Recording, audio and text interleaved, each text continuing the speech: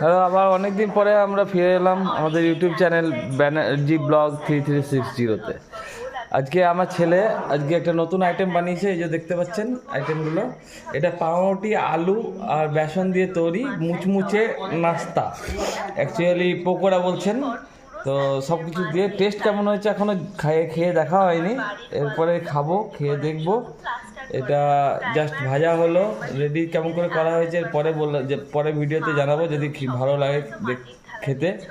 আর তারপরে আপনারা বানিয়ে দেখবেন। এটা আমার মেয়ে খেয়ে টেস্ট করবে, তারপরে রেজাল্ট জানাচ্ছি আপনাদেরকে কীরকম লাগছে। বেশ, টেস্ট করুন দুজনে মিলে।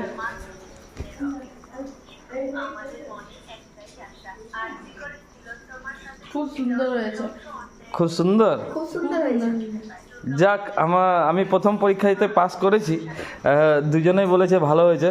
এবার আপনাদেরকে রেসিপিটা জানাচ্ছে আমার ছেলে, শুনে নেন, দিয়ে এবার আপনারা বানিয়ে দেখবেন কেমন লাগছে। ভালো লাগলে অবশ্যই বলবেন।